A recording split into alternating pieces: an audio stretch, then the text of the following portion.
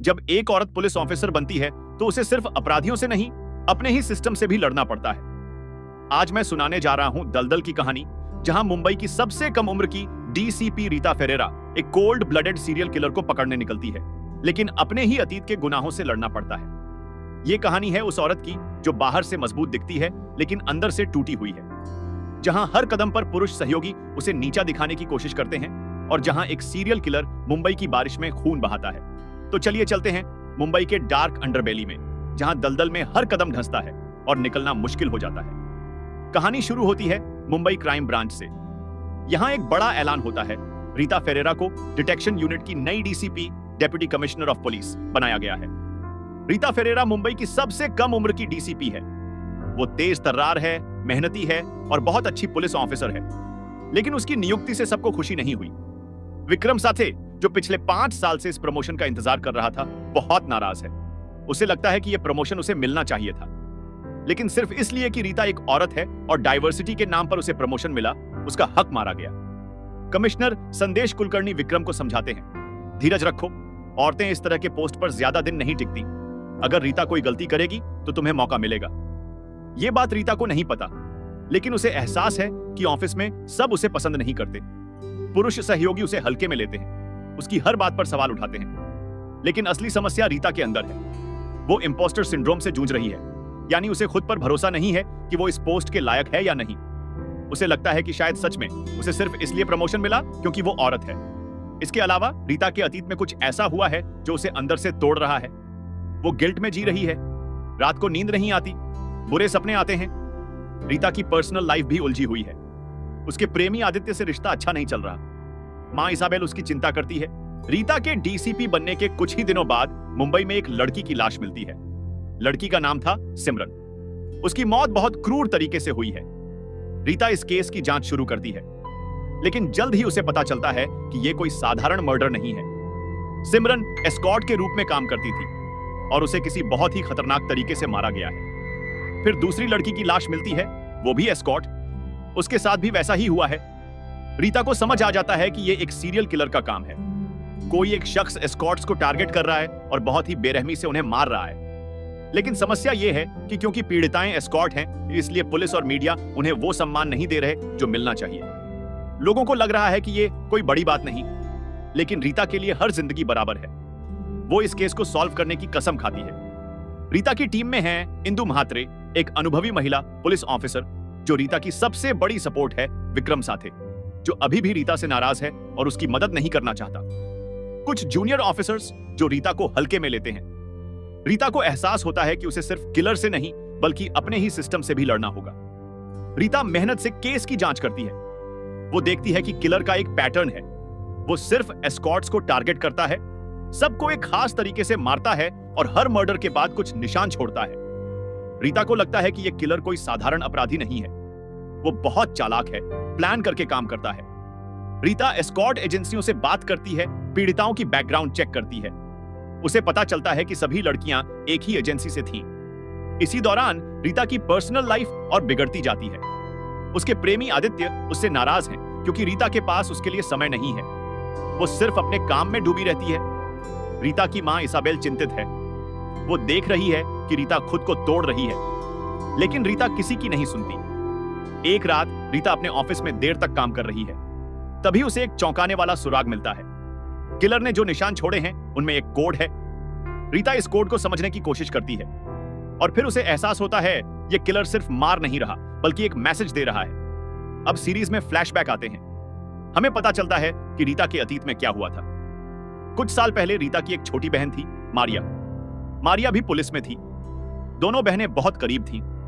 एक दिन मारिया एक केस की जांच कर रही थी, लेकिन उस केस में कुछ खतरनाक लोग शामिल थे। मारिया को धमकियां मिलने लगी। रीता ने मारिया को सावधान रहने के लिए कहा था, लेकिन मारिया नहीं मानी। उसे लगता था कि वो संभाल लेगी। और फिर एक रात मारिया की हत्या कर दी गई। रीता अपनी बहन को नहीं बचा पाई। उसे लगता है कि यह उसकी गलती थी।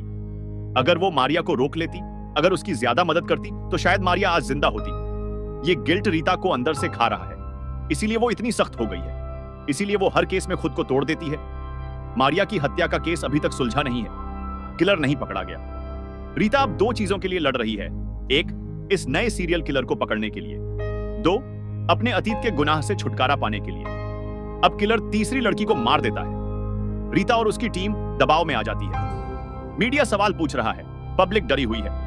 कमिश्नर कुलकर्णी रीता पर दबाव बनाते हैं, जल्दी से इस केस को सॉल्व करो वरना। विक्रम साथे खुश है। उसे लग रहा है कि रीता फेल हो जाएगी और फिर उसे प्रमोशन मिल जाएगा। लेकिन रीता हार नहीं मानती। वो और मेहनत से काम करती है। एक दिन रीता को एक बड़ा सुराग मिलता है। उसे पता चलता है कि एक आदमी है, मनोहर स्वामी, जो हर मर्डर के आसपास देखा गया है। रीता मनोहर स्वामी से बात करने जाती है। मनोहर एक अजीब सा आदमी है।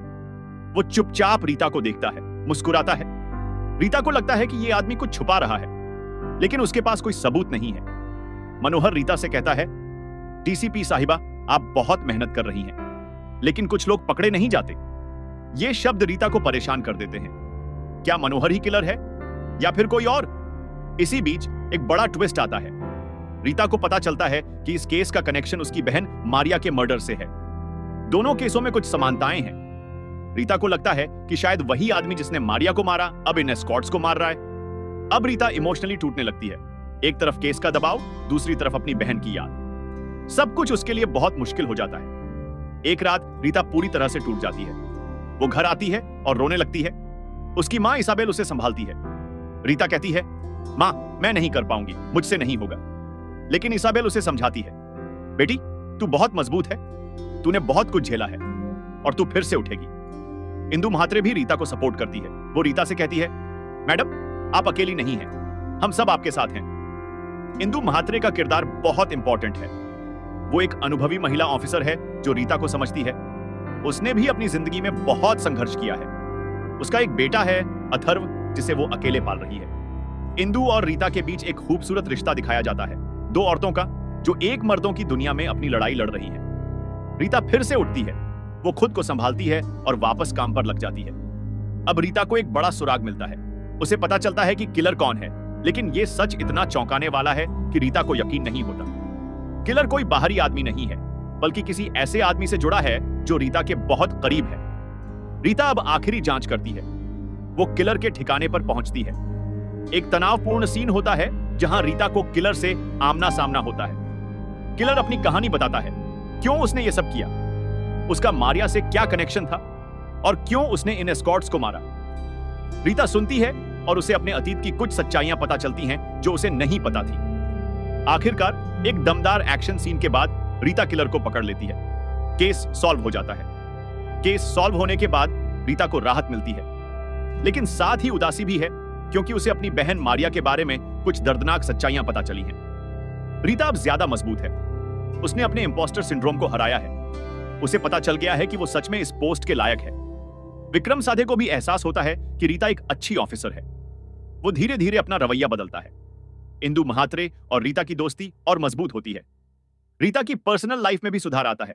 उसकी मां खुश है कि रीता अब बेहतर है। सीरीज का आखिरी सीन दिखाता है कि रीता वापस काम पर है। एक नया केस आया है। रीता मुस्कुराती है और कहती है, चलो शुरू करते हैं। यह इशारा करता है कि सीजन 2 आ सकता है। यह थी दलदाल सीजन 1 की पूरी कहानी। एक दमदार क्राइम थ्रिलर जो सिखाती है कि जिंदगी दलदल की तरह हो सकती है, जहां हर कदम मुश्किल हो, लेकिन अगर हिम्मत हो तो उस दलदल से निकलना भी मुमकिन है। रीता फेरेरा की कहानी हर उस औरत की कहानी है जो अपनी लड़ाई लड़ रही है, ऑफिस में, घर में और अपने अंदर। मुंबई की बारिश के बीच यह कहानी याद दिलाती है कि तूफान के बाद सूरज जरूर निकलता है। दलदल में फंसना आसान है, लेकिन निकलने की हिम्मत ही असली जीत है।